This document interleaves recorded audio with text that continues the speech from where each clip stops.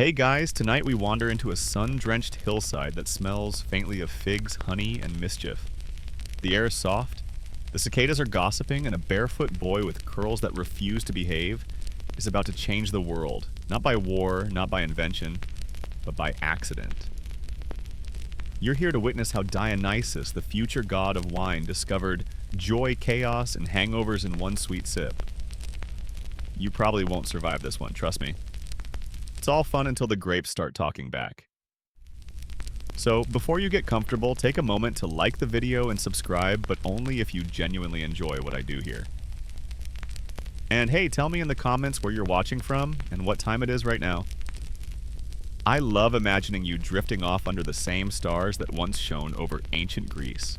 Now dim the lights, maybe turn on a fan for that soft background hum, and let's ease into tonight's journey together. The world you enter is warm and golden. A land where olive groves gleam like tiny mirrors and goats bleat their complaints at the heat. You trudge along a dusty path that smells of thyme and crushed grass. Ahead of you, a boy no older than 13 crouches beside a vine heavy with small purple fruit. His fingers are stained with juice. You can almost taste the sweetness from here. This is Dionysus, though, right now. He's just another curious kid poking at the mysteries of nature. He plucks a handful of grapes, squishes them between his palms, and laughs as the juice trickles down his arms. The liquid glints red in the sun like stolen rubies. What happens, he wonders aloud, if I keep it? He pours the mash into a small clay pot he borrowed from a kitchen that technically wasn't his. The pot is sealed, shoved into the shade of a fig tree, and forgotten like all dangerous discoveries. Days pass.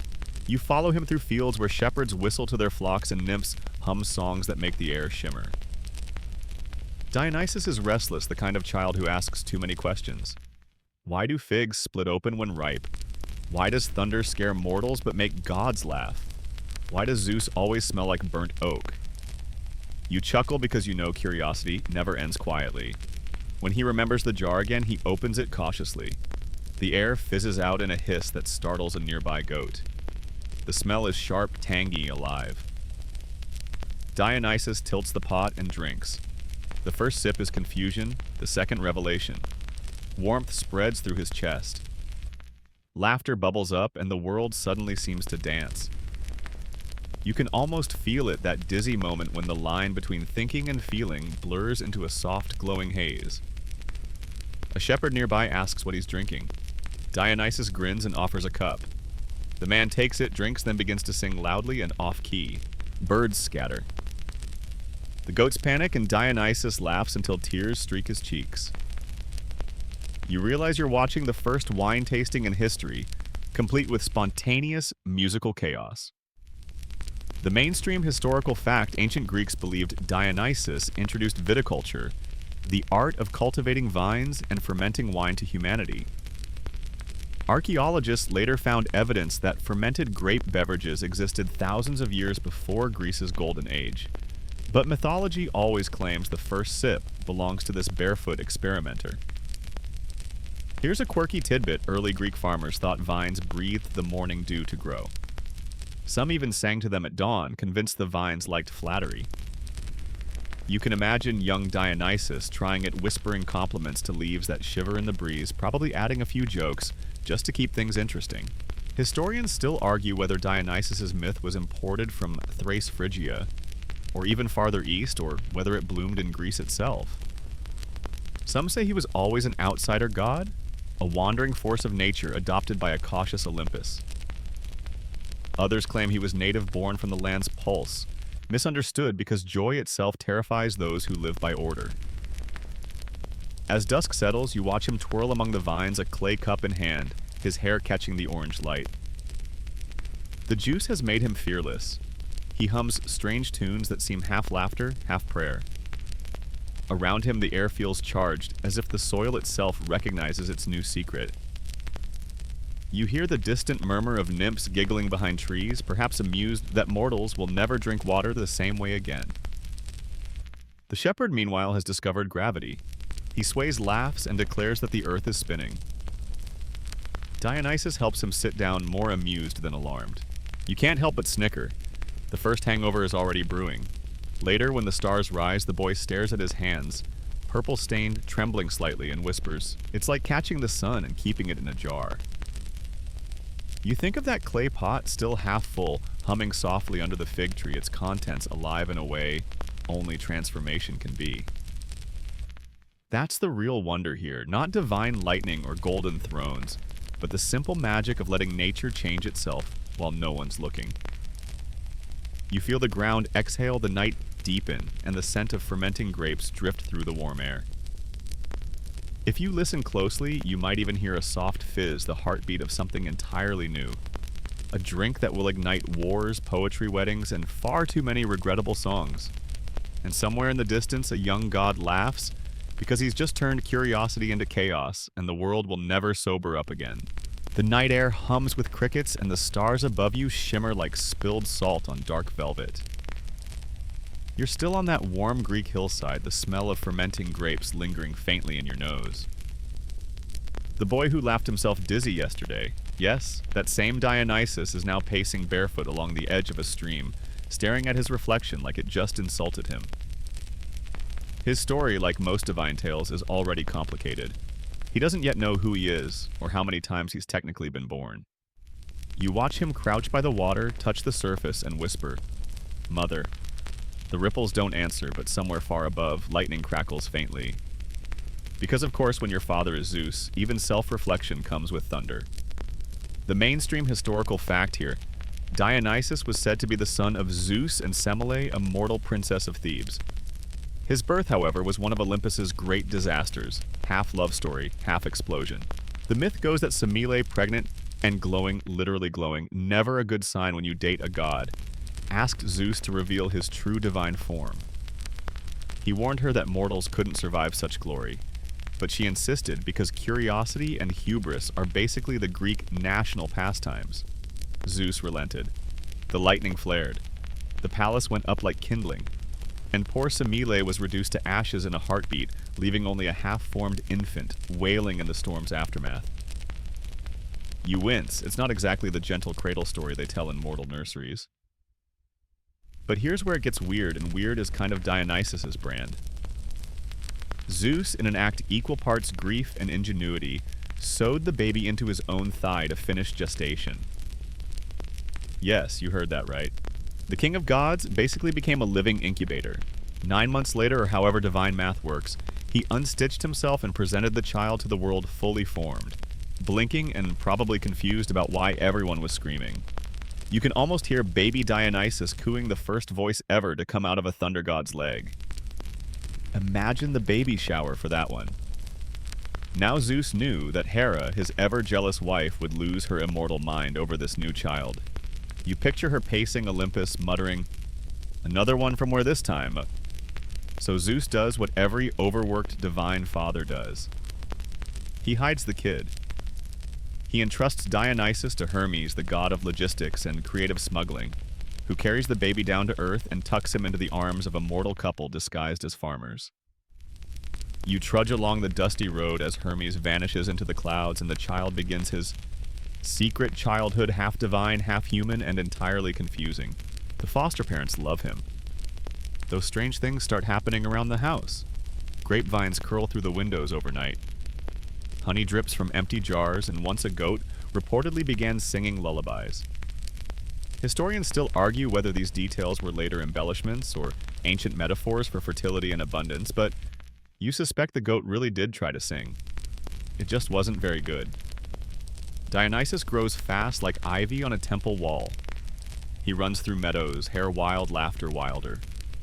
Sometimes he talks to animals. Sometimes they answer.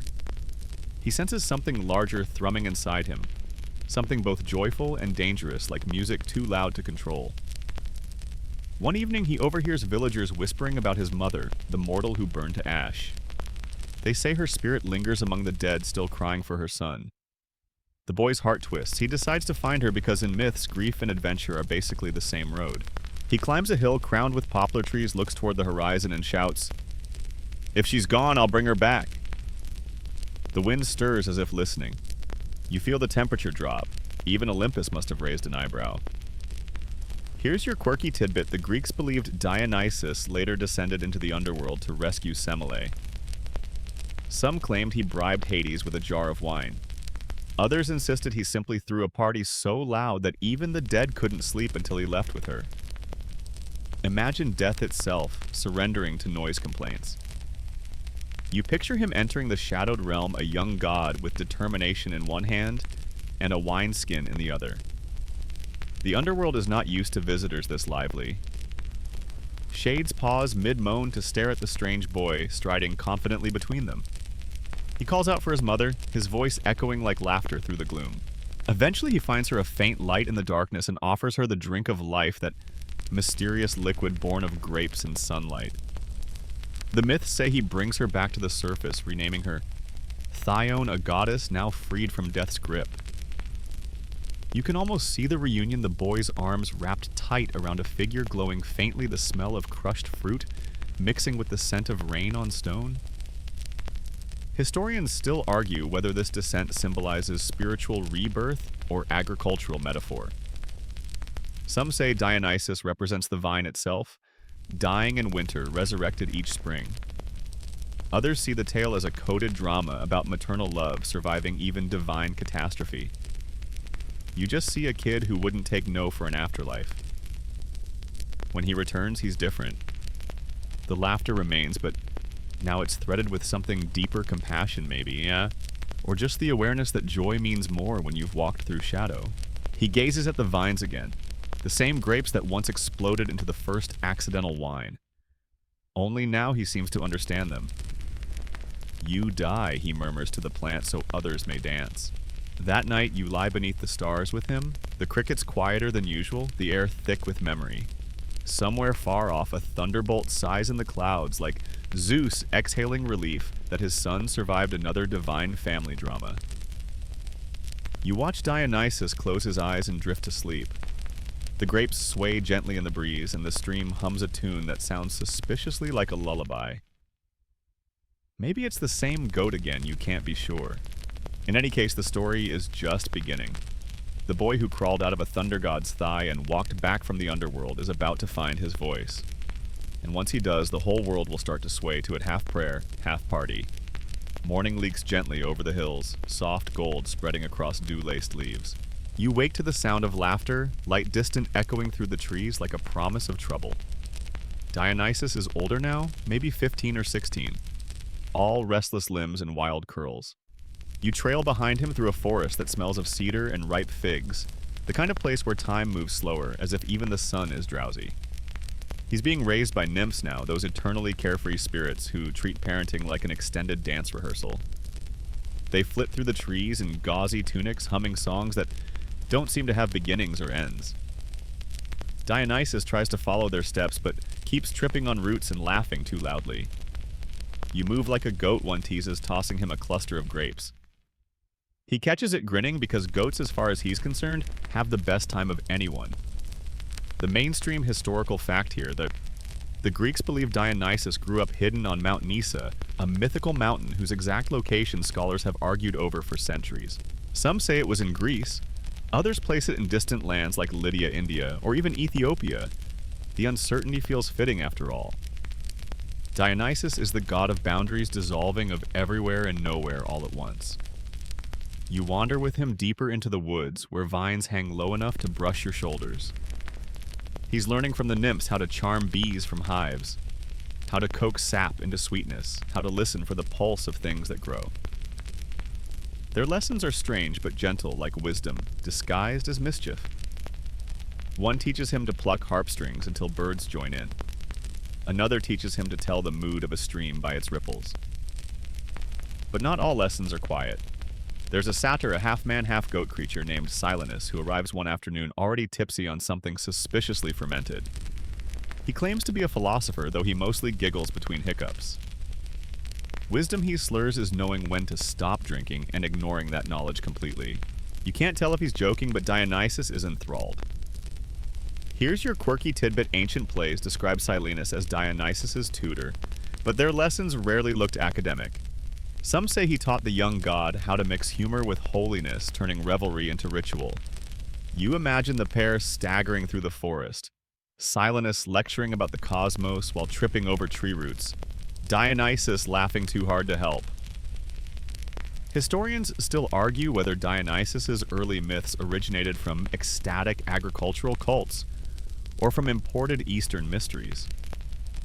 Some scholars see in his upbringing the fusion of primitive fertility rites with philosophical symbolism, the merging of Earth's raw vitality and divine consciousness. You, on the other hand, just see a teenager discovering that joy can be a form of prayer. The days on Nysa blur into music and sunlight. Dionysus grows strong, nimble, unbothered by convention. When he dances, the nymphs follow. When he laughs, the forest echoes it back. Sometimes he drinks from his old clay jar, refilled many times now, and his cheeks flush the color of ripe plums. Too sweet, he mutters after a gulp, but you can tell he's proud. The god of wine is slowly inventing his brand. One afternoon he asks Silenus why people fear laughter. The satyr squints at the sky burps and says, "Because it means losing control." And control, he adds, is the saddest illusion. Dionysus thinks about that for a long time. You can almost see the idea rooting itself in him, the understanding that freedom, chaos, and joy are tangled together, like vines that refuse to grow in straight lines. You rest beside a brook as the sun begins to drop. The air smells of honey and pine sap. Dionysus strums a lyre made from turtle shell and sinew, the notes lazy and golden. A butterfly lands on his shoulder. He pauses, watching it like it's an oracle. Life, he says quietly, is soft and drunk at the same time. You don't know if he's quoting Silenus or inventing poetry, but either way it works. As twilight deepens, the nymphs light small fires in clay bowls. Their flames flicker blue-green, casting dancing shadows on the trees. They circle Dionysus, chanting softly. You hear your own heartbeat syncing with the rhythm, slow and hypnotic. It's not worship exactly, it's something older. Something that feels like nature itself, remembering how to breathe. Then comes the mischief. Dionysus plucks a handful of leaves and tosses them into the fire. The flames flare purple, then burst into a shower of sparks that rain down harmlessly around you. The nymphs gasp, delighted. He bows dramatically, the young performer in him awakening. You realize that somewhere between vine and fire, between song and laughter, ritual is being born. The forest seems to lean in closer. Even the stars peek through branches, curious. For a moment, everything earth, sky, flame, breath feels connected. You feel dizzy the way you might after one too many cups of something you can't pronounce. Maybe this is what divinity tastes like, not lightning or thunder, but the slow, sweet burn of discovery. Silenus, ever the philosopher, claps lazily. Remember, boy, he murmurs, wine is not the drink, it's the doorway. Dionysus nods, staring into the fire. You catch a flicker of uncertainty in his eyes. He knows doors can swing both ways. By the time the moon climbs over Mount Nysa, the laughter has softened. The nymphs curl up among the roots, Silenus snores into his cup, and Dionysus lies back against a mossy rock. He hums an unfamiliar tune, low, wandering, ancient. You lie beside him, watching the stars turn slowly overhead. Tomorrow the vines will stretch farther, the wine will taste bolder, and Dionysus, still not fully a god, but no longer quite mortal, will take one more step toward the chaos waiting beyond these gentle woods. For now, though, the night is peaceful, the air thick with promise, and your eyelids heavy as grape clusters. The next morning breaks slow and syrupy over Mount Nysa sunlight, dripping through the trees like honey. You blink against the brightness, rubbing sleep from your eyes, and see Dionysus crouched beside a familiar clay jar, the same one that once fizzed and hissed with his first accidental miracle. Only now he's not just experimenting, he's refining.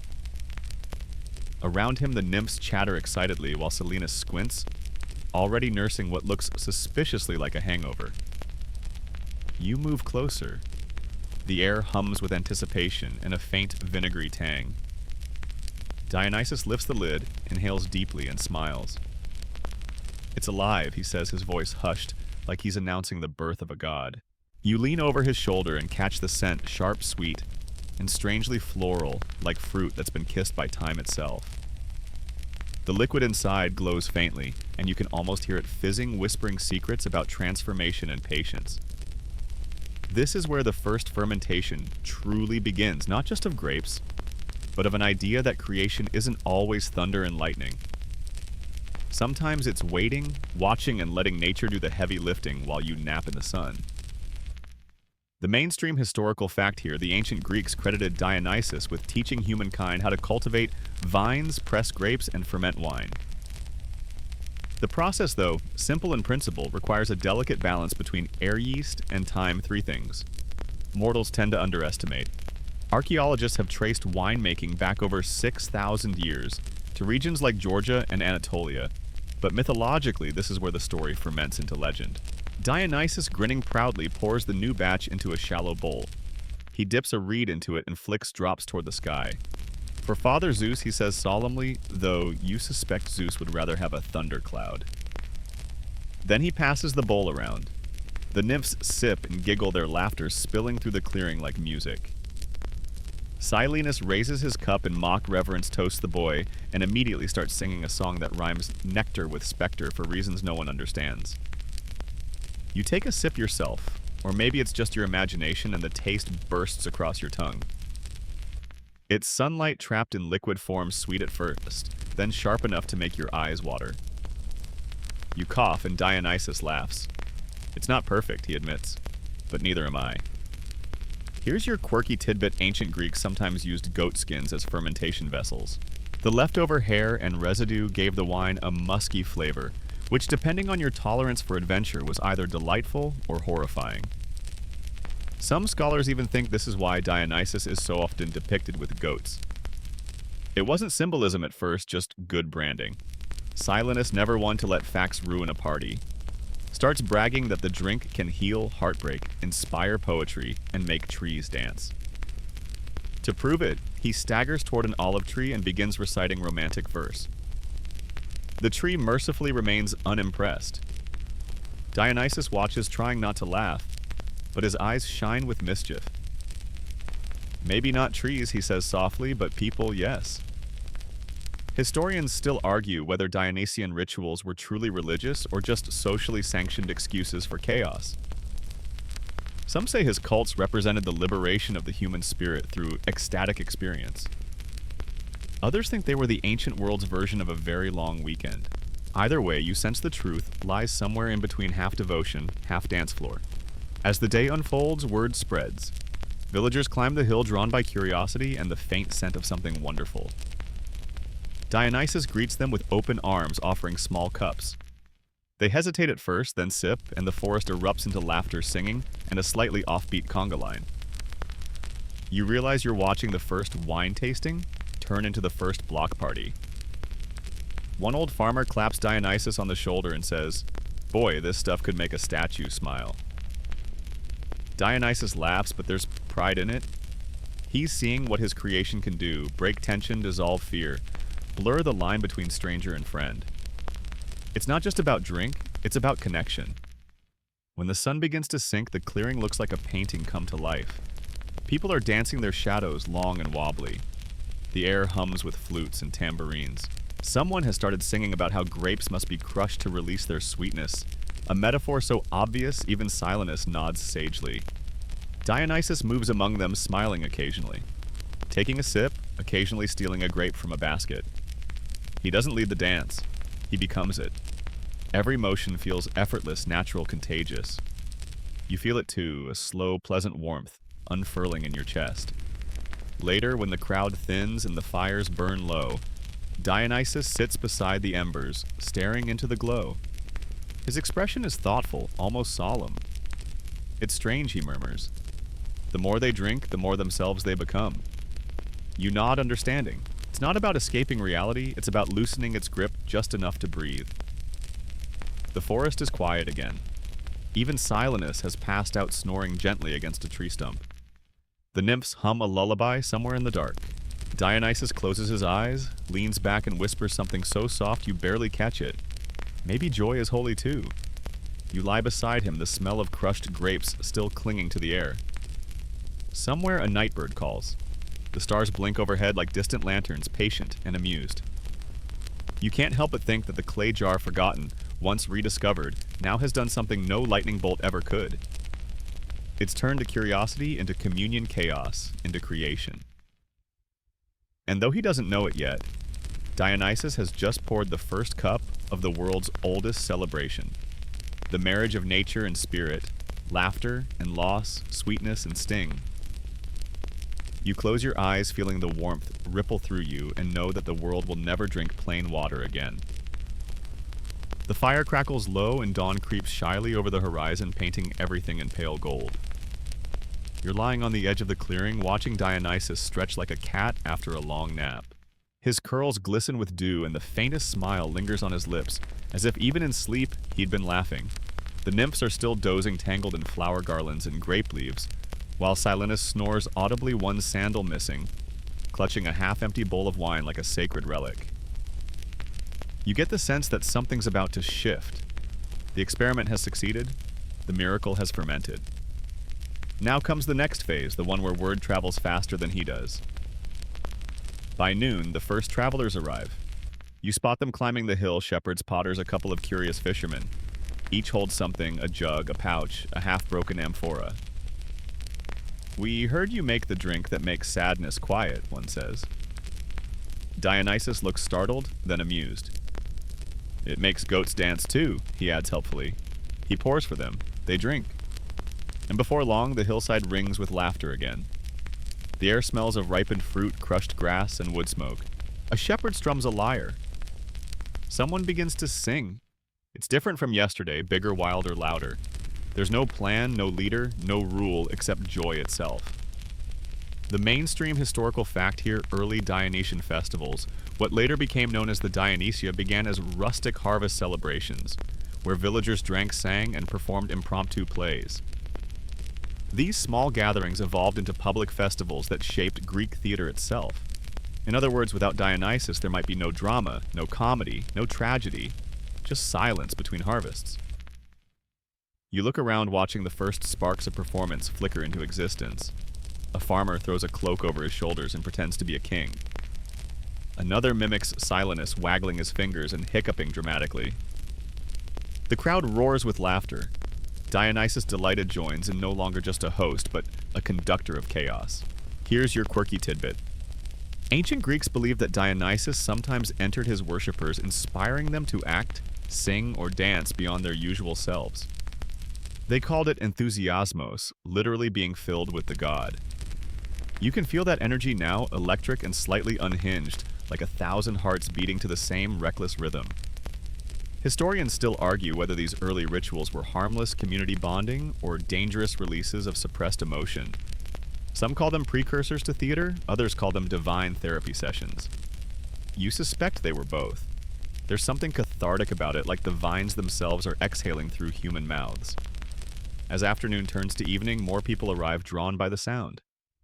The clearing swells with bodies, farmers, travelers, even a few curious priests. The air shimmers with heat and laughter. Someone brings a drum. Someone else finds a flute.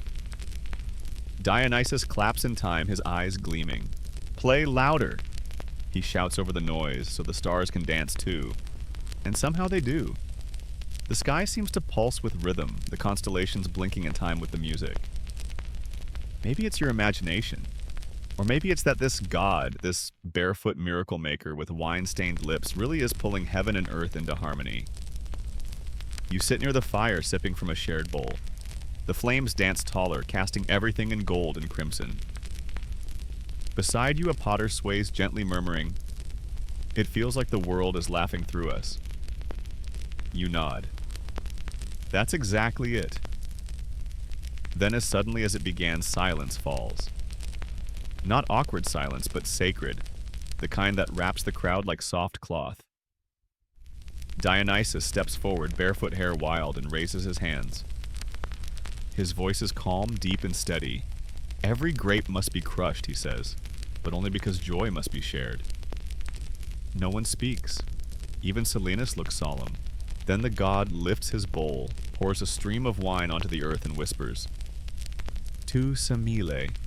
You remember his mother, the mortal who burned too bright. The offering sinks into the soil like a promise. The people follow his lead, pouring their own libations, tiny rivulets soaking into the roots of vines that will bear fruit again. The moment feels timeless. You sense that this right here is where ritual begins, not with temples or priests, but with gratitude born from laughter. Later, as the crowd disperses, a few linger behind. A farmer asks, "Will you teach us how to make it?" Dionysus smiles. "No," he says softly, "but the vines will.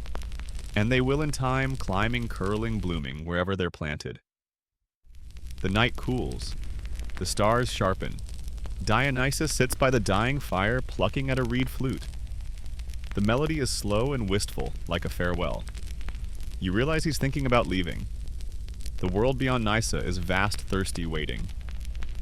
"Where will you go?" you ask. He glances at you, half smiling. "Wherever there's silence," he says, "so I can teach it to sing." You feel a shiver crawl down your spine, not from fear, but from recognition. You've seen gods of war, gods of wisdom, gods of the sea. But this one is something else.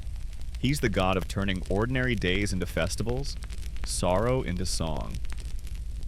As the fire burns low, Silenus stirs awake, mumbling, "Don't forget your jar." Dionysus chuckles, lifts it, and slings it over his shoulder. The clay catches the last flicker of flame, glowing faintly as if it remembers every laugh, every tear, every drop of transformation it ever held. You stand, dust off your cloak, and follow. The nymphs wave from the shadows, whispering blessings. The forest exhales one last time, vines curling protectively around the clearing, as if to guard the memory of what was born here. Dionysus looks back once, just once, and says, "Maybe next time we'll dance somewhere new." You nod. The air tastes faintly of grapes, and the first wind of his wandering stirs the trees.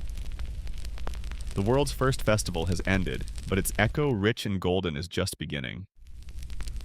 The road curls away from Mount Nysa like a lazy ribbon of dust and heat.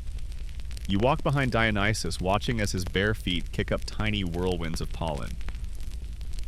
The nymphs have stayed behind, and even Silenus, too fond of naps to travel, waved him off with a half-empty cup and a hiccuped blessing. Now it's just the god, his jar of wine, and you, following a man who laughs at thunder and talks to vines like old friends. You pass through olive groves where shepherds lean on their crooks, eyes wide at the sight of him. They whisper, "That's the winemaker." Some bow, others run to fetch their neighbors. Within hours, the quiet trail turns into a small parade. Dionysus greets everyone, shaking hands, offering sips, asking questions about the soil, the weather, and which trees hum the nicest at night. He's building something without meaning to a following. A movement born not of conquest or fear, but curiosity and laughter. You can feel it stirring that soft hum of excitement that spreads faster than rumor and more stubbornly than weeds. By dusk, campfires bloom across the valley. The air smells of roasted figs and fermenting fruit. You sit near Dionysus as he explains the art of pressing grapes to a crowd of farmers. His voice is patient, rhythmic, soothing. "Let them rest," he says. "Let the air do its work. You can't rush joy." The mainstream historical fact here, many ancient sources describe how Dionysus traveled eastward through Asia Minor, Thrace, and beyond, teaching people how to cultivate vines and make wine. His journey wasn't just agricultural, it was cultural, a spreading of ritual and celebration that left footprints all across the ancient world. A woman in a simple linen dress offers him a bowl of honey. He dips a finger, tastes it, and smiles. "You can mix this with the juice," he says. "Call it the drink of dawn." Someone scribbles that down as if receiving divine law. You grin, imagine worshipping a god whose commandments come with recipes. Here's your quirky tidbit: early Greek farmers often mixed wine with honey herbs, or seawater, believing it enhanced both flavor and immortality. A sweet buzz and a myth of eternal youth. Why not? Both historians still debate whether Dionysus himself endorsed the practice or whether it was one of those improvements humans invented after too many rounds of experimentation. Night deepens and torches flicker. Drums begin to beat. Dionysus rises, stretching like a cat. "Let's dance," he says simply, and the people obey. You join in your steps, uneven at first, then guided by something ancient and pulsing beneath your ribs. The rhythm takes hold. A shepherd throws his staff aside and leaps into the firelight. A child laughs so hard she hiccups. Even the dogs wag their tails to the beat. Dionysus moves through the crowd, hair wild eyes bright. His laughter isn't human, it's too large, too generous. It rolls across the valley like a blessing. You notice something strange in the glow. The vines along the hillside are moving slowly, subtly curling, and stretching toward the fire as though drawn by the music. You blink, wondering if it's the wine or the divine. Maybe both. Historians still argue whether the ecstatic dances of Dionysus's followers, the Maenads and Satyrs, were literal or symbolic. Were they lost in trance or simply dramatizing joy? The truth you suspect depends on who's asking and how sober they are. Suddenly the mood shifts. A group of older men priests perhaps approach frowning. This is madness, one declares. Men and women dancing together. At night, Dionysus turns smiling politely. You're welcome to join. They bristle. One throws a handful of ash toward him, muttering a curse. The wind shifts. The ash blows back, dusting the priest's robes instead. Dionysus tilts his head. Seems your god prefers my company tonight. The crowd roars with laughter. The priests retreat, muttering about heresy and headaches. Later, as the fires die down, Dionysus sits beside you, staring into the embers. His voice is low now, reflective. They think I'm dangerous, he says. Maybe I am. Joy can be frightening to those who've forgotten how to feel it. You nod. The truth of it hums in the stillness. He plucks a grape from his satchel, rolls it between his fingers. It's fragile, he says, but inside there's enough sweetness to change the world. Then he eats it juice, staining his lips, and leans back against a rock, gazing up at the stars. You lie beside him, the air thick with warmth and wood smoke. Somewhere down the hill, a few villagers are still singing, their voices soft and drunken. The song is new, but it already feels ancient, about vines that reach the sky and a god who taught people to laugh at the storm. When you close your eyes, you can almost hear Olympus whispering. The other gods must be watching by now, confused, amused, maybe even jealous. They hurl lightning summon waves, forge weapons. But this one, he conquers hearts with fermented fruit and the promise that maybe, just maybe, life doesn't have to hurt so much. The night stretches long and lazy. You drift towards sleep to the sound of Dionysus humming the vines, rustling in rhythm. Tomorrow he'll move on again east, always east, carrying laughter in one hand and a jar in the other. For now, though, the air tastes of grapes and stars, and the world feels just a little softer than it did before. You wake to a sun already halfway up the sky, the smell of baked earth and sweet figs wrapping around you like a blanket. Dionysus is walking ahead again, staff in hand, jar slung at his side, humming a tune that's equal parts lullaby and mischief. His journey has become a habit, almost a rhythm of its own, one footstep for every heartbeat, one laugh for every sigh. You follow him down a narrow road, winding through olive groves. Birds scatter from the trees, startled by the jingle of tiny bronze bells hanging from his belt. The sound seems to attract people as much as birds. Farmers pause in their fields. Shepherds wave. Women lean out of doorways, smiling as though they already know the stories whispered about him. By now, the legend has grown wild. Some say he's a prophet, others a magician. A few insist he's a lunatic who makes men dance themselves dizzy. Dionysus doesn't correct them. He just keeps walking, smiling faintly. If they're talking, he murmurs they're listening. That evening, you arrive at a small village where the air smells of smoke and clay ovens. Children run beside him shouting, "The wine god, the vine bringer." Their parents look less sure, especially the elder sitting under a fig tree, eyes sharp as flint. One rises, leaning on a staff. "We've heard of you," he says. "You make people lose control." Dionysus meets his gaze, calm and unbothered. "I give them what's already inside," he replies. "I just let it breathe." The old man studies him for a long moment before nodding slowly. "Then show us." By sunset, the entire village has gathered in the square. Amphorae are open, torches lit, and bowls passed from hand to hand. Dionysus stands at the center, his hair catching firelight, his eyes glowing with something both human and divine. He lifts his jar, pours a steady stream of wine into the dirt, and whispers, "To the roots." The crowd drinks. Music begins simple at first, just a drumbeat and a flute. Then voices rise, laughter joins, and before long, the night turns molten. You dance to your body, remembering rhythms you never learned. The wine is soft and warm in your veins, and every sound, every movement feels magnified. The mainstream historical fact here: Dionysian rituals often included music, dance, and what ancient writers described as ecstasis, a state of being outside oneself.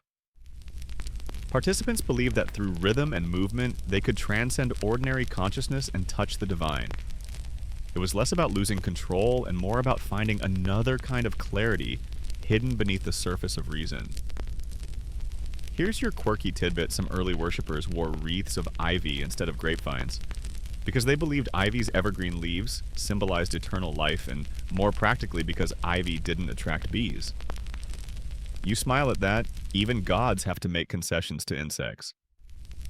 Historians still argue whether these rites were purely spiritual or included, well, less philosophical indulgences. Ancient vase paintings show everything from serene processions to scenes that would make your grandmother faint. Some say those images reflect metaphorical truths, not literal ones. Others grin and say, sure they do. But tonight's gathering feels different. It's not debauchery, it's communion. The villagers sing until their voices rasp, and when exhaustion finally claims them, they lie in the grass smiling up at the stars. Dionysus walks among them, offering water, adjusting blankets, whispering blessings. His joy is quiet now, grounded. You realize he's not just teaching them how to celebrate, he's teaching them how to rest. When the fires dim, he sits beside you on a broken stone wall. His face glows faintly in the dark. "They'll forget my name," he says softly, "but they'll remember the feeling." That's enough. You tilt your head. Don't you want temples? Statues? He shakes his head. Statues don't laugh. The wind picks up, carrying the scent of wine and pine sap through the square. Somewhere a baby starts crying. A mother soothes it with a hum that sounds suspiciously like one of Dionysus's tunes. He listens, smiling. "See," he murmurs. It spreads. You both sit there for a while, the world gently breathing around you. The stars shimmer like the surface of a full cup. You think about how strange it is that joy can move faster than fear, that one man's curiosity can ripple outward until it becomes culture. Before dawn, Dionysus rises. The villagers are still sleeping their dreams, sweet and heavy. He leaves a single grapevine cutting planted near the well. It'll take root, he says, and remember for them. You walk together down the quiet road, the sky paling toward rose and silver. Birds begin to stir in the trees. Dionysus hums under his breath, a lazy tune that sounds like sunrise itself. Where next, you ask? He shrugs, smiling. Wherever people forget how to dance. The road stretches east again. You follow, listening to the clink of the bronze bells, watching the first light touch the hills. Somewhere behind you, the villagers will wake and find the vine curling up the well, its leaves glistening. They'll tell stories about the stranger who came, poured laughter into their cups, and vanished before morning. And you'll keep walking beside him toward the next valley, the next song, the next handful of grapes waiting to be turned into wonder. The sun climbs higher, burning the mist off the fields as you and Dionysus make your way toward the walled city of Thebes. You've heard of this place. It's proud, full of poets, soldiers, and people who like rules more than laughter. The gates glint in the distance, bronze flashing like warning eyes. Dionysus hums softly beside you, unconcerned, twirling a vine leaf between his fingers. He looks every bit the wandering dreamer, barefoot, smiling, carrying nothing but his jar of wine and a quiet confidence that makes mortals nervous. The closer you get, the tenser the air feels. Market stalls are quiet. The guards at the gate eye you warily. One asks, "Who are you?" Dionysus replies without hesitation. "The son of Zeus." The guard laughs too loudly. "We have many of those." Dionysus' smile doesn't waver, but only one who brings joy instead of thunder. The gate creaks open, and you both step into the city. The streets smell of dust oil and suspicion. Children pause their games to stare. Women peer through shuttered windows. Thebes, you realize, is not a place that welcomes surprises, and Dionysus is nothing if not a walking surprise. The mainstream historical fact here, Thebes, was said to be Dionysus' birthplace through his mortal mother Semele. His return as an adult was a homecoming and a reckoning. The king of Thebes at the time, Pentheus, didn't believe in the divinity of Dionysus and banned his rites. What followed would become one of the most infamous tragedies in Greek myth. At the palace gates, the guards cross their spears. The king is not seeing visitors, one says. Dionysus smiles politely. Then I'm not visiting. I'm reminding. The guards glance at one another, unsure what that means, but somehow they let him pass. You trail behind, feeling that subtle pressure in the air, the kind that precedes storms or revelations. Inside the courtyard, King Pentheus sits on a marble throne. He's young, sharp-featured, his expression carved in irritation. "You're the one spreading drunkenness in my lands," he says. "You teach women to dance in the woods, men to abandon their work, and call it worship." Dionysus bows slightly. "I teach them to be alive." The silence that follows could crack stone. Pentheus laughs cold and precise. "You're mad." Dionysus tilts his head. "Perhaps, but madness has built more temples than reason ever did. Here's your quirky tidbit: ancient Greeks didn't see madness purely as illness. They believed certain forms of mania, divine frenzy, were sacred. A poet, a lover, a prophet, a musician, all were thought to touch madness when they touched inspiration. You glance at Dionysus and think, yes, he's definitely touched. Historians still argue whether Pentheus represents social order, resisting religious change, or simply human arrogance refusing mystery. Either way, his story is a warning of what happens when power mocks the uncontainable. Pentheus waves a hand. "Arrest him." The guards hesitate. Dionysus doesn't move. The ground trembles slightly under your feet, just once, like a held breath. The king frowns. "I said," but then the air shifts. From outside the walls comes a sound, low, rhythmic, alive.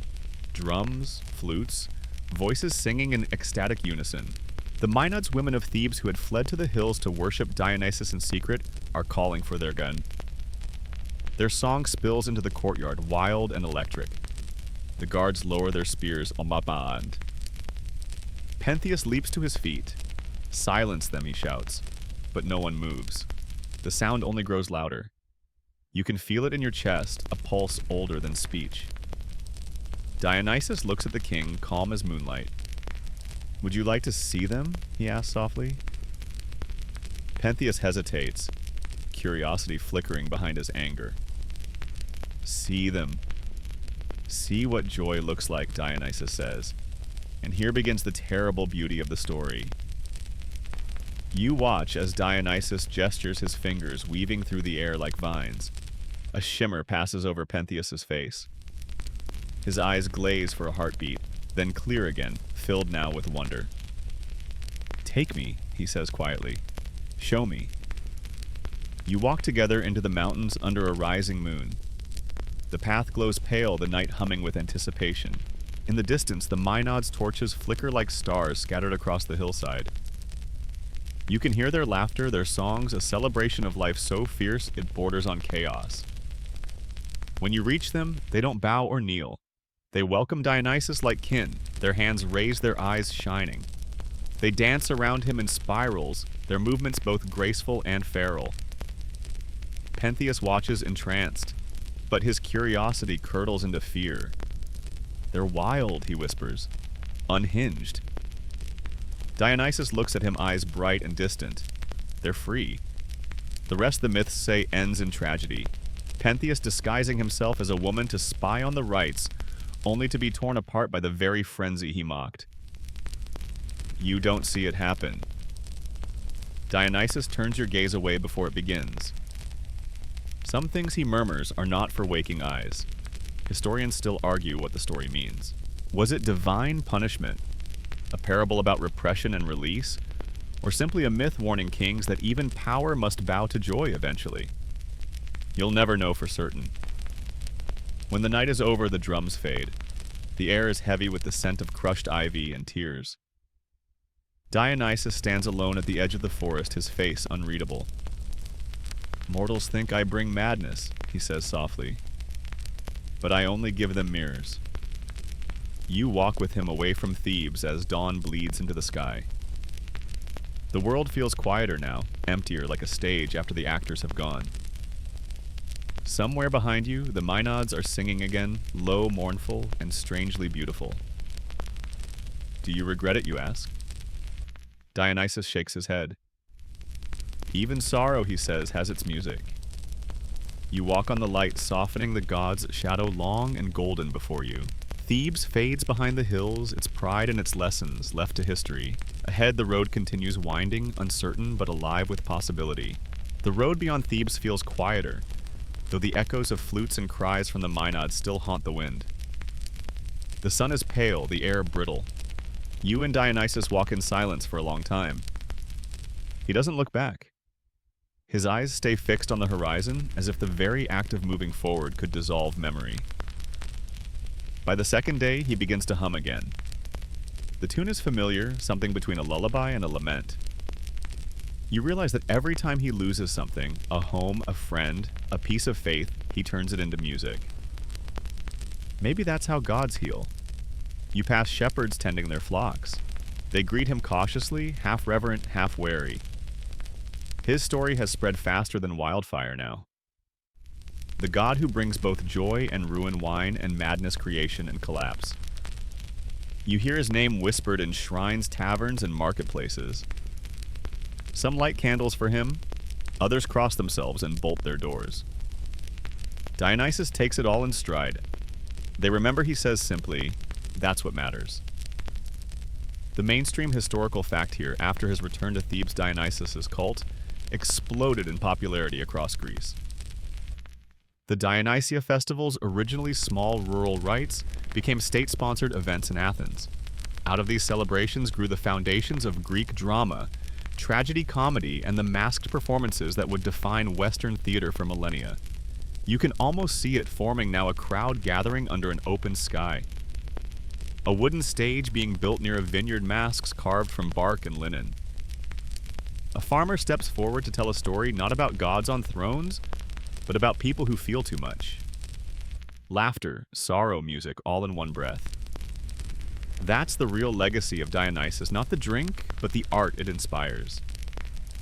He stops by a stream, kneels, and washes his hands. The water runs red for a moment, grape juice, not blood. You catch the reflection of his face rippling in the current. It's softer now, more human than divine. "They'll make plays about me," he says with a faint smirk. "Some will say I'm a monster, others will make me the hero, but none of them will get it quite right." You smile, and what is right? He shrugs.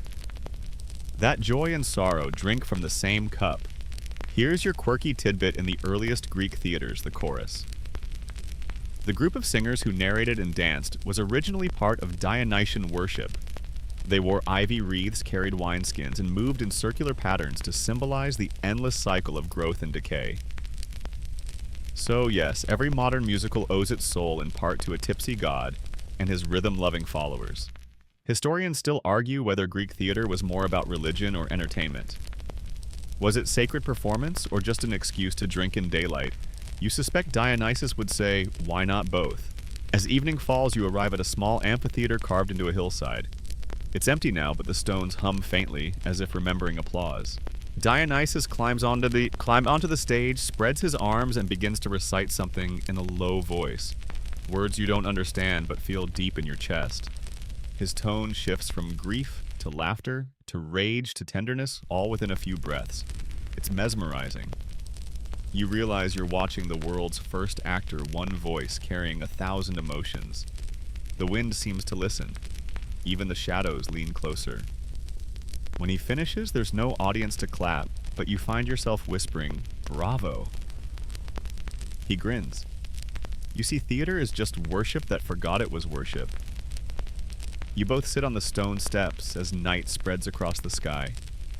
The stars look like spilled gold on indigo silk. Somewhere down the valley, you hear the faint echo of music from another village. Dionysus tilts his head, listening. They're starting without me, he says with mock indignation. Good.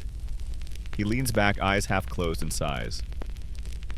People think I'm about losing control, but control is what kills them slowly. Quietly, one rule at a time. I just remind them they're still alive. You think about the farmers who danced the maenads, who sang the actors who will one day wear masks and speak lines written centuries later. All of them in some small way will be echoes of this man, sitting beside you smiling at the stars. A cool wind stirs, carrying the scent of grapes and wild thyme. Dionysus hums again, tapping his fingers on the stone. It's not a song this time, it's a heartbeat. You find yourself matching it unconsciously, breathing in rhythm. The sound feels ancient and new all at once. Then quietly he begins to speak, not to you but to the darkness around you. If they ever forget, let them build something in my name, he says. Not a temple. A stage.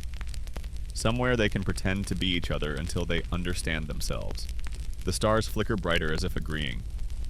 The night deepens, wrapping you both in velvet silence. You stay there until the first hint of dawn edges over the hills.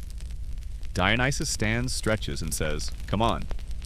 There's always another story to tell. You follow your footsteps echoing softly against ancient stone. Behind you, the empty theater waits quiet for now, but not for long. Soon it will fill with voices, masks, laughter, tears, and every contradiction that makes humanity worth watching. And in that chaos, somewhere unseen, the god of wine and wonder will be smiling just out of sight, waiting for his next cue. You leave the amphitheater behind, the sound of your footsteps fading into the hush of morning. The world feels lighter now, like a stage just cleared after a grand performance. Dionysus walks ahead of you through a valley filled with vineyards. The vines twist in tidy rows, heavy with grapes glowing purple and gold in the first light. Farmers wave from between the trellises, their hands stained red from harvest. They call his name, some shyly, others boldly, and he greets each of them with a grin that makes the air shimmer. Today feels different. You can sense it in the way he moves, purposeful, almost ceremonial.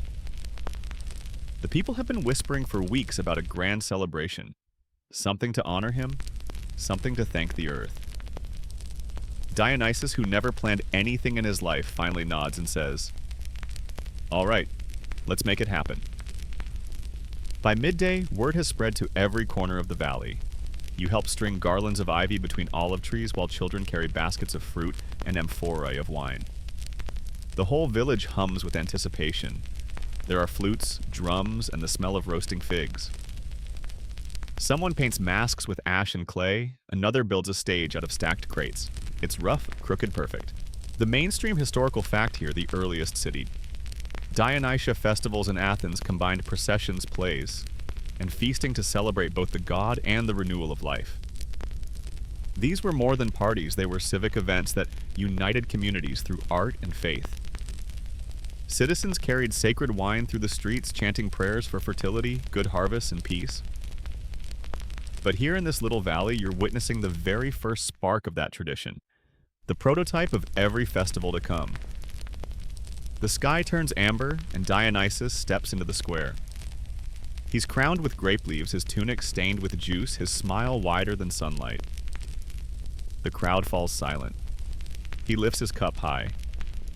This, he declares, is not just wine, it's laughter you can drink, courage you can swallow, and grief that knows how to dance. He takes a long sip, then pours the rest into the ground. For the vines, he murmurs. The crowd cheers and the music begins. You're swept into the swirl of it all, flutes, shrilling drums, pounding feet, stomping in time. The air vibrates with joy. Dionysus dances among the people, his movements fluid and hypnotic. Wherever he passes, something changes. Flowers bloom where feet crush dirt. The torches burn blue instead of orange. You could swear the stars themselves start to sway. Here's your quirky tidbit. Some historians believe the earliest wine festivals included drinking contests where winners received, wait for it, more wine. Records suggest one champion in Athens reportedly drank over 10 liters before collapsing in triumph. You glance at Dionysus, who's now juggling grapes and laughing, and think, yes, that tracks. Historians still argue whether Dionysus's rites were a form of liberation or a form of divine possession. Did the wine set people free, or did it bind them to something higher? The god himself doesn't answer. He just keeps dancing, his laughter blending with the music until it's impossible to tell where one ends and the other begins. The night deepens. Fires roar, the drums quicken, and the crowd spins faster. A cyclone of color and sound. You spot an old woman, eyes closed, singing a hymn that sounds older than language. Two children run circles around her, their faces painted like masks of lions. A shepherd blows into a conch shell. A baker uses a ladle as a flute. You realize that in this chaos, everyone's an artist. Everyone's a believer. And in the center, Dionysus glows. His skin reflects the torchlight gold one moment rose the next. He lifts his arms, and the music stops. The silence that follows feels sacred. Listen, he says softly. You do. All you can hear is the wind in the vines, the slow exhale of the earth itself. The world, he says, is always singing. You just forget the words. He looks around at the crowd, men, women, children, all still and breathless, and smiles. Tonight, remember. Then the drums start again, slower this time, deeper, like a heartbeat. The people join hands, forming circles. Dionysus moves among them, guiding, laughing, blessing. You feel the rhythm move through your body like a tide. Your head buzzes, your heart feels too full, and for a moment you think you might dissolve into the music itself. The stars are brighter now. Maybe it's the wine, maybe it's the wonder. The vines seem to shimmer with silver veins. The world feels infinite and close all at once. You realize you're inside something ancient, something that will outlive empires and still be whispered about in faraway lands. When the last song fades, Dionysus stands at the center of the square, breathing hard, smiling softly. The people begin to kneel, murmuring thanks. He waves a hand. Don't kneel, he says. Dance again tomorrow. That's thanks enough. He turns to you, eyes half-lidded, voice low. This, he says, gesturing to the crowd, is how gods are made. Not by thunder, not by war, by celebration, the fires burn lower. The air smells of fruit sweat and smoke. Laughter drifts upward into the dark. You lie down in the grass, watching sparks float into the stars, and you can almost imagine them settling there, glowing eternally, the first constellations of joy. Somewhere nearby, Dionysus pours another cup, raises it toward you, and whispers, "To the ones who stay awake long enough to dream." You smile, drifting into half-sleep, the sound of drums melting into your heartbeat. The first wine festival has ended, but the taste of it will linger forever. Morning comes late, as if even the sun slept in after that night's revelry. The valley smells of grapes and ash, the ground sticky where wine has soaked into the dirt. You wake beneath an olive tree, hair tangled with ivy ears, still ringing with echoes of flutes. Around you, villagers stir slowly, smiling through their hangovers. A few are still dancing in their sleep. Dionysus, of course, looks radiant, no hint of fatigue, no shadow under his eyes. He stretches like a cat in sunlight and says, "Well, that was a start. A start, the understatement of eternity. What happened last night wasn't just a party, it was a blueprint. The people will carry it with them, tell their neighbors, turn it into ritual. The laughter, the rhythm, the vines, it will travel farther than anyone here can imagine." Dionysus knows it. You can see it in his eyes, satisfaction mixed with mischief. "Let's see how far joy can spread," he murmurs. By noon, travelers begin to arrive, curious wanderers drawn by rumor. They bring gifts: a flute carved from bone, a bowl of figs, a story of someone who heard about a god who makes the ground sing. Dionysus welcomes each one with wine and warmth. He listens more than he speaks, nodding as they describe their villages, their fears, their droughts. "Then you'll need this," he says, handing each a small cup. drink, and remember that the earth still loves you. The mainstream historical fact here, the Dionysian festivals evolved into major cultural events throughout Greece, merging religion with performance art and even politics. They became occasions not only for worship, but also for debate, satire, and communal renewal. In Athens, playwrights like Aeschylus, Sophocles, and Euripides presented tragedies at the city Dionaea in honor of Dionysus turning myth itself into theater. You can feel the same energy now, something that begins as celebration, then shifts into creation. Someone starts reciting a story, and others join in acting out scenes pretending to be gods and heroes. You watch Dionysus grin like a proud parent. They've learned, he says quietly, that stories taste better when shared. Here's your quirky tidbit: ancient actors in Dionysian plays wore platform boots called kothurni to make themselves appear taller. The higher the shoe, the closer to the divine, apparently. You imagine Dionysus chuckling at the idea, mortals balancing on stilts wobbling toward heaven. Historians still argue whether the plays were intended to honor Dionysus or to control his chaos, if the theater tamed the wildness he inspired or gave it a safe place to roar.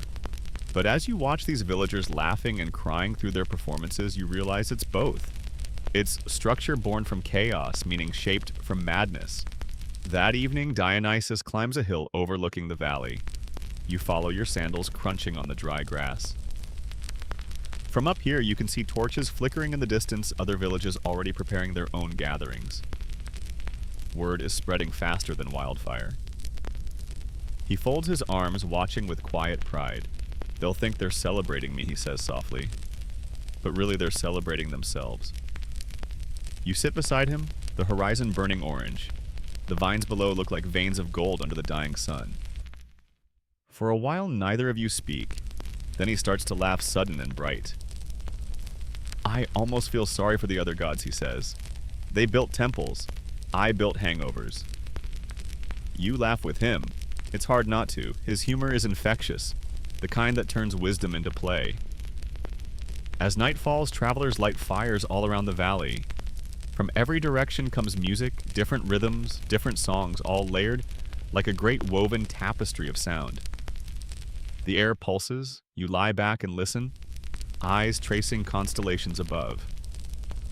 It occurs to you that maybe centuries from now, people will still gather under stars, pour wine, tell stories, and call it art. Dionysus pours you a cup. The wine is richer tonight, darker, with a strange sweetness that tastes like memory. You know, he says, they'll forget my face one day. They'll call it theater or carnival or concert. They'll make it about fame or business. But I won't mind, as long as they remember how to laugh when it hurts. You swirl the wine, watching the surface tremble like a tiny galaxy. And what happens when they stop? He looks at you, eyes glinting. Then I'll remind them again. Below, the fires flare higher, sparks drifting into the air like amber fireflies. The night feels alive, a living pulse shared by everyone breathing under its vastness. Dionysus leans back, his hair catching starlight, his expression unreadable. You wonder if he's tired, but no. He looks eternal, like a story that refuses to end. Here's the final odd detail of the evening. A stray goat wanders up the hill, curious and clumsy. Dionysus scratches its head affectionately, then whispers something in its ear. The goat promptly sneezes and bounds away. He grins. That one's going to start its own legend, he says. You'll later hear that goats became sacred to him, symbols of abundance and sacrifice. For now, it's just a silly, sneezing creature in the dark. The fires die down. Crickets begin their chorus. Dionysus stands, stretches, and says, "Sleep well." Tomorrow we see what Athens thinks of laughter. You smile, half asleep already. The air smells of smoke time and the faint sweetness of crushed grapes.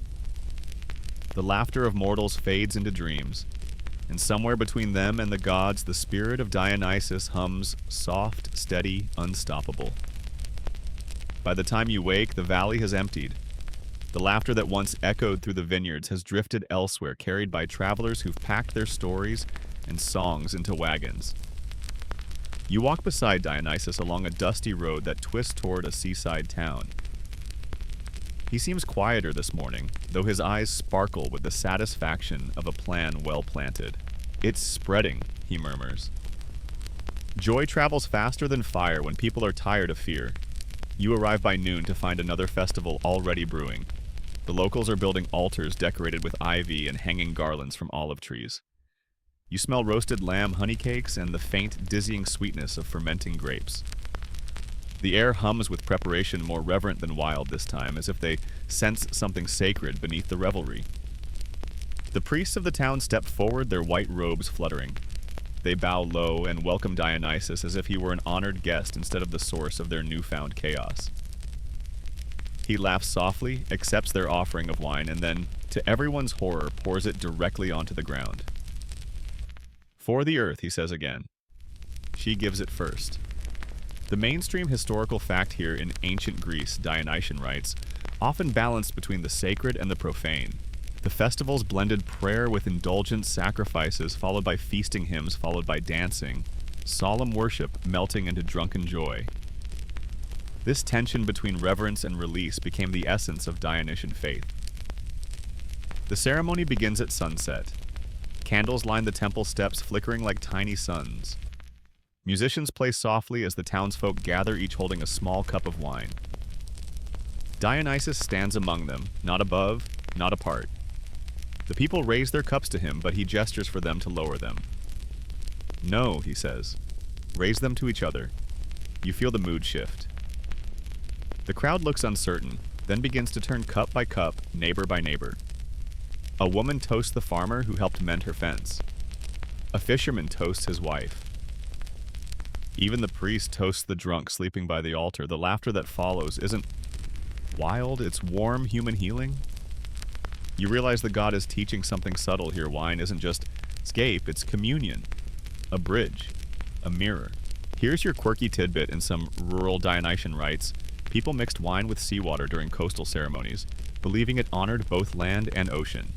Historians still argue whether this was symbolic reverence or just a clever way to stretch a limited supply of wine. You watch someone try it now, grimace and quietly dump it behind a bush. Even sacred traditions, you suppose, have their limits. The night deepens. Drums return, but slower this time, like heartbeats in rhythm with the waves. The worshippers dance, but gently, no frenzy, just flow. Dionysus moves through them, touching shoulders, murmuring blessings, laughing softly. He feels less like a storm tonight and more like a tide, steady, patient, inescapable.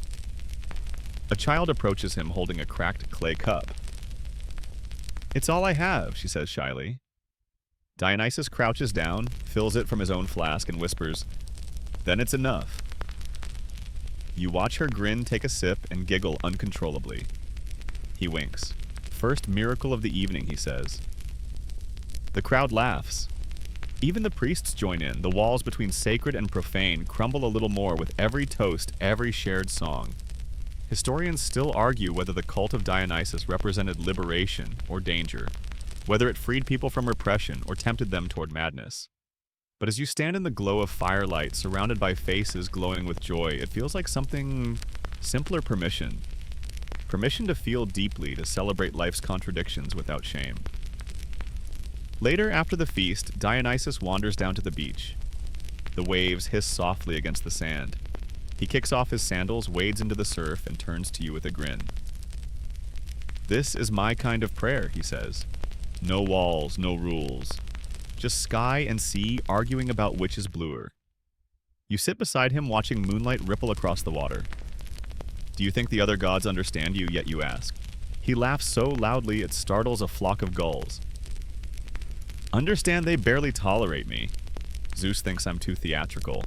Athena says I'm a distraction. Even Apollo complains I make his musicians lazy. He tilts his head toward the horizon, still smiling. But one day, when mortals start painting and singing and acting and feeling all because they tasted life too sweetly, they'll understand. You nod, feeling the salt air on your tongue.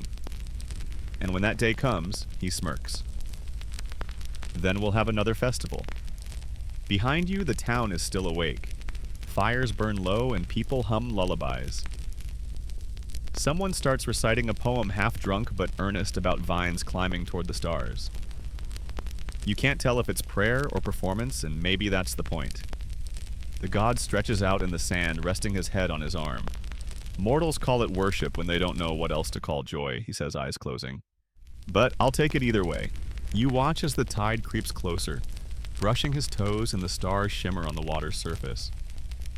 Somewhere between heaven and the waves, Dionysus drifts into sleep, the world's first god of hangovers and hymns of laughter, and lost dreaming of the next toast. The wind smells like grapes and salt, and for the first time in ages, you feel both holy and human in the same breath. By dawn, the air smells of seaweed and smoke. You follow Dionysus inland again, the surf fading behind you, until only the whisper of waves lingers. The road winds through olive groves and empty fields where scarecrows tilt like drunks after the feast. He walks barefoot, humming tunelessly, his hair tangled with bits of ivy and sea salt. The world feels quieter now, like the morning after a song that no one's quite finished. You pass shepherds tending flocks, farmers kneeling in fields, and potters shaping wet clay. All of them pause when they see him, unsure whether to bow or laugh. He waves casually as if greeting old friends, then stops at a hillside where vineyards climb toward the sky. This, he says, is where the next story begins. The vines are heavy with grapes, again thick clusters swaying in the wind. Workers pluck them carefully, tossing them into woven baskets. One man lifts a bunch toward the sun, and the light pours through it like stained glass.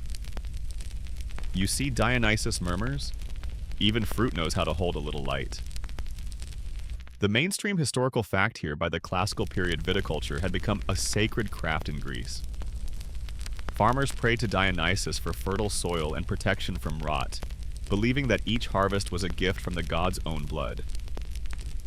Winemaking itself became ritualized, the crushing of grapes, the fermenting the first sip offered to the earth before any mortal drank. You walk with the workers to the stone press. They stomp the grapes barefoot, laughing as purple juice splashes up their legs. The scent of crushed fruit fills the air, sharp, sweet, alive. Dionysus watches with a fond smile, then steps into the press himself. His feet sink into the pulp, his laughter ringing out as he stamps rhythmically. Creation, he says, should always be messy. Everyone joins in, and soon the air hums with the squelch of grapes, the beat of song, the slap of bare feet on stone. You find yourself smiling, your own feet stained red. Someone jokes that it looks like a battlefield of berries, and Dionysus laughs so hard he nearly falls over. Here's your quirky tidbit: archaeologists once discovered ancient amphorae sealed with wax and resin, containing traces of herbs, honey, and, believe it or not, pine sap. It turns out that early winemakers flavored their brews with whatever they could find. Some recipes were so potent that one scholar compared them to drinking perfume. You can almost hear Dionysus laughing about that, insisting that perfume should be drinkable anyway. As the afternoon ripens, the grape juice flows into clay jars, bubbling softly as fermentation begins. The workers sing hymns of thanks, their voices low and steady.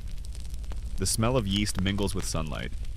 Dionysus stands amid it all, streaked with purple, looking utterly content. You'd think he says that mortals would understand by now all good things take time to turn sweet. Historians still argue whether Dionysian worship encouraged indulgence or patience, whether his followers learned moderation from his myths or merely used him as an excuse to drink more. But watching him now, you realize that his lessons were always paradoxes. Be wild but gentle. Feast but honor the earth. Laugh but remember the roots beneath your feet. Evening slides in turning the vines gold. The first jars of new wine are sealed, marked with symbols of grapes, goats, and stars. The workers raise a toast not to gods but to each other as he taught them. Dionysus joins in holding a simple clay cup instead of gold. The first cup, he says, is for the heart, the second for courage, the third for foolishness, and that's when I stop counting. You both laugh. It feels like a secret shared between you and the horizon. As night deepens, a storm gathers, far-off lightning flashing faintly over the mountains. The wind carries the scent of rain and promise. Dionysus tilts his face to the breeze. They'll sing of this, he says. The storm, the harvest, the joy that came from rot. His tone isn't prideful, just certain, like someone remembering the future. You sit by the press as thunder murmurs in the distance. Workers drift away to their homes, the fires dim. The fields fall silent. Dionysus stays awake, watching lightning flicker behind the clouds. Wine, he says softly, is just sunlight that learned to dream. You think he's done speaking, but then he adds in mortals, they're just grapes that forgot their vines. You try to puzzle that one out, but his expression stops you. He looks peaceful, as if he's listening to something you can't hear, a song buried deep in the soil, maybe, or the heartbeat of the harvest itself. The rain starts gently tapping the leaves, running down the slopes in silver threads. Dionysus closes his eyes and smiles. The gods envy this, he murmurs, to be mortal enough to dance in the rain. You lie back beside him, the wet earth cool against your skin. The storm grows louder, but you feel safe beneath it, wrapped in the scent of wine soil and thunder. Somewhere in the dark, laughter echoes faint, distant, eternal. By the time you drift towards sleep, the rain has washed the valley clean, and Dionysus's purple footprints gleam faintly in the mud, like petals of spilled light. The storm has passed. Dawn breaks soft in golden mist curling through the vineyard like breath. You stretch sore from yesterday's laughter and grape stomping, while Dionysus lounges beneath an olive tree, half asleep, hair tangled with vine leaves. The world feels scrubbed clean quiet, except for the chirp of cicadas and the distant murmur of a shepherd's flute.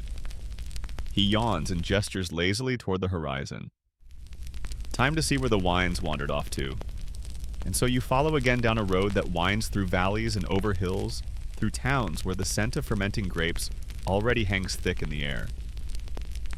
The festival has spread like rumor, and rumor, it turns out, is faster than any god. Everywhere you go, people have invented their own versions of his rites.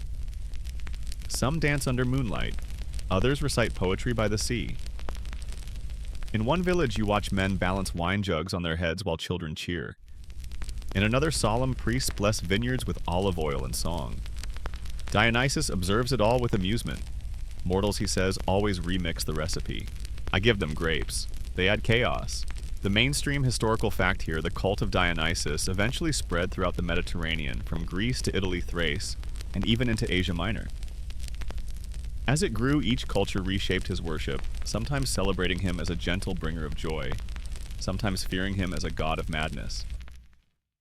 The Romans would later rename him Bacchus, blending reverence with revelry until the two became indistinguishable. You stop in one Roman camp years later. Yes, time drifts oddly when you walk beside a god and watch soldiers share watered-down wine, toasting not to victory, but to survival. They don't even know whose cup they're raising. Dionysus whispers, smirking. But I do. He taps his chest. I'm the taste that keeps them brave. Here's your quirky tidbit: Roman winemakers used to season wine with things like seawater, pepper, and even crushed oyster shells to preserve it during long voyages. You imagine Dionysus grimacing at the thought, muttering, "They took my nectar and turned it into soup." Historians still argue whether Dionysus was originally a foreign god imported into Greece, or a native spirit absorbed by Hellenic myth. His duality, both insider and outsider, mirrors his wine clear one moment, dizzying the next. Watching him walk through these lands, you realize it doesn't matter where he came from. What matters is that he never stays still. You pass a temple in progress one afternoon, its white columns gleaming against a violet sky. Workers chip away at marble carving vines, grapes, and faces of laughing satyrs. Dionysus watches silently, then shakes his head. They think I live in stone, he says, but I live in their veins. As you travel, the festivals grow grander. In Athens, processions fill the streets, masked performers, dancers dressed as maenads, flutists piping frantic melodies. People throw flowers, pour wine into gutters, sing hymns that blur into laughter. You can feel the pulse of the city itself sinking to his rhythm. Dionysus strides through the chaos like a conductor guiding an orchestra of joy. You pause near the theater, the great open-air amphitheater carved into a hillside. Thousands gather candles, flickering like stars as actors take the stage. The air buzzes with expectation. A man in a mask steps forward and begins to speak, his voice rising, trembling, breaking hearts with words older than any empire. You glance at Dionysus. He's smiling faintly. They've learned to trap emotions in sound, he says. That's my kind of miracle. The play unfolds tragedy and comedy, pain and beauty intertwined. The crowd laughs, weeps, cheers. And you realize that this too is worship, not kneeling before an altar, but feeling everything at once without shame. The wine may have started the fire, but art keeps it burning. Later that night, the streets overflow with song. The wine flows freely, and the laughter climbs higher with each cup.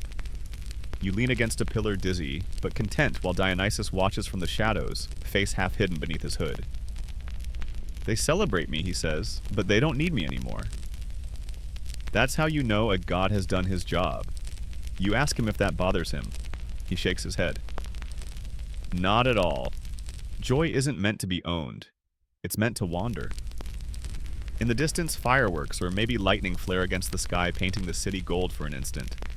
You think of how far you've come from a hidden child of Zeus to the spark that lights every revel across continents.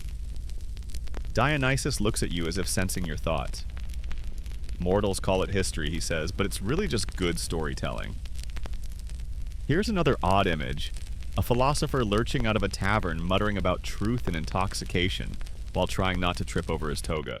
Dionysus laughs so hard he nearly falls into a fountain. He's not wrong, he says, wiping tears from his eyes. Just a bit early in his research. Historians still argue whether the rise of Dionysian philosophy influenced later thinkers like Plato or Nietzsche.